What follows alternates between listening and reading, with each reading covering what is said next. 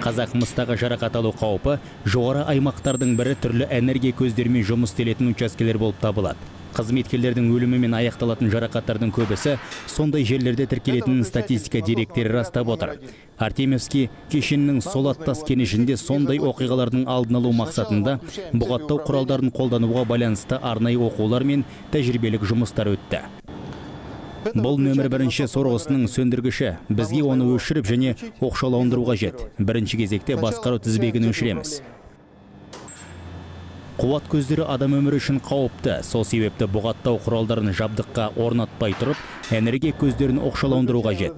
Өнеркәсіптік қауіпсіздік мамандары еске салады. Тексеру немесе жабдықтарды жөндеуге байланысты іс-шараларды жүзеге асыру алдында міндетті түрде бұғаттау құралдарын пайдалану керек.